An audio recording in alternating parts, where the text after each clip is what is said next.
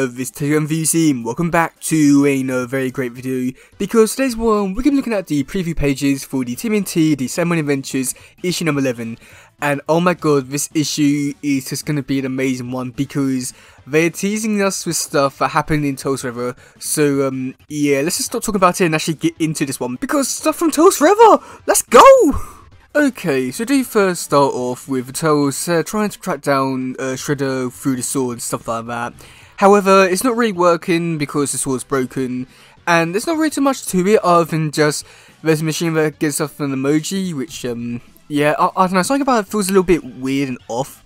And I think the reason for that is just because this is supposed to be in like the 90s and doing stuff with emojis. I mean, I don't really associate emojis with the 90s, so it just seems a little bit off, but either way, that's there. So they're going over to the second page, which, oh my god, this is where things get amazing. So first of all, we do get to see Shredder, Bieber, Rocksteady, and Krang. They turned up to this, some location. We don't know where it is, but they turned up in the Rocksteady and Bieber's hot rod vehicle, which, yeah, that's a really great callback. And then that's when we do get to see Shredder saying that he wants to bring back the Teddygaming. However, he does want to bring back one from the past, you know, the old one, the most recognizable one. No, he wants to bring back something new, which is when we go into page 3, which is where we do get to see the Teddygaming from Tales Forever. Oh my god, wow.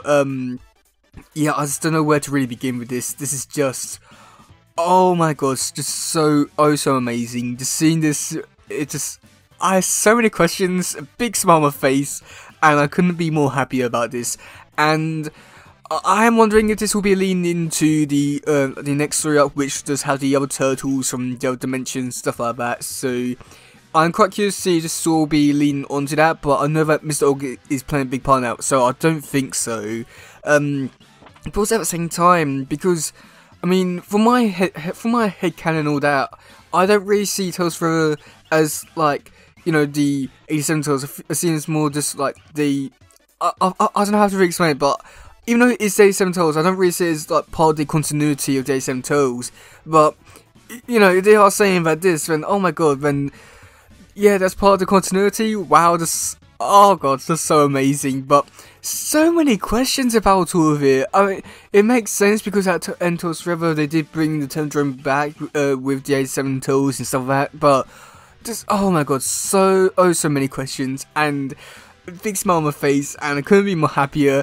And I'm very surprised at how cartoon accurate it looks, just because I know that Dan Sheeran, his artwork is really on point with the 87 cartoon, but seeing something from the 2003 show, and I just can't believe it. So yeah. So then going over to page, I believe it's 4, we do get to see the turtles, they're in the lab still, and we do get to see the Donatello's alarm for all the dimensional stuff is going off, and there's a lot of stuff in here. It's annoying because this bit here is where I do feel like a lot of writing for this series just goes a little bit down, just because they give a lot of exposition about this, with Mikey just basically going, oh no, it's a sword that he used last issue. Oh no, I can't believe that. So a lot of stuff like that, and then with Raph and how he's written, again, it's just I don't know, I feel like I just don't want him to be as jokey as he is. But yeah, and the way that they're going to fix the sword is by super glue, which, yeah, I mean, Raph's words are exactly how I feel about it, all of it, just why not.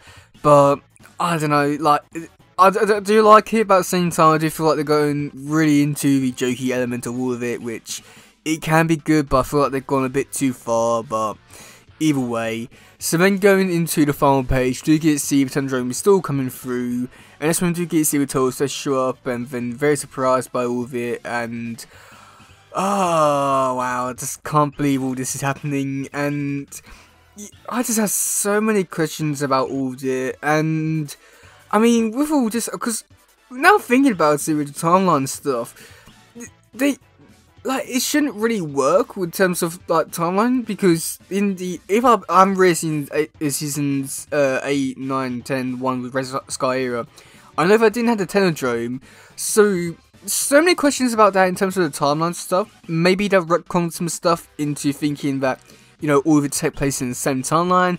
I wouldn't be too surprised, but there's so many questions about all of it, but either way, but this is like a really great like first steps to like making everything all connect, which is just, oh god, it's so amazing. So many questions, but I couldn't be more happy about all of it. Okay, I'm going into the next bit. We do have a description for this issue. So the description for this issue is: the heroes in the hard shell rescue Leonardo from one time space catastrophe, but they're not done with dimensional portals yet. Shiro has returned from ancient Japan with a new sword, even more powerful than the last, and he intends to use it to bring the tendrome through to the Big Apple. It's up to the tmnt to thwart him and keep New York safe from the consequences of rips in reality. Don't miss the conclusion to the Ichikuchu trilogy arc. So, yeah, I mean, I must admit, overall, it does sound like a pretty interesting issue, and when first reading this description, I didn't really think too much of the whole reality thing and bringing stuff from different dimensions, and didn't really think of bringing Tales Forever Tendrome into all this, but I'll happily take it, and all that. So there's that. But I mean, one biggest worry about this issue, which I've had for quite a while now, which I definitely have to say that it's been carried over from last year with how I've been handling some stuff, and that's like how they've been handling the last big threat in the last issue, with them not really basically setting it all up and not really actually tackling it until the very last second.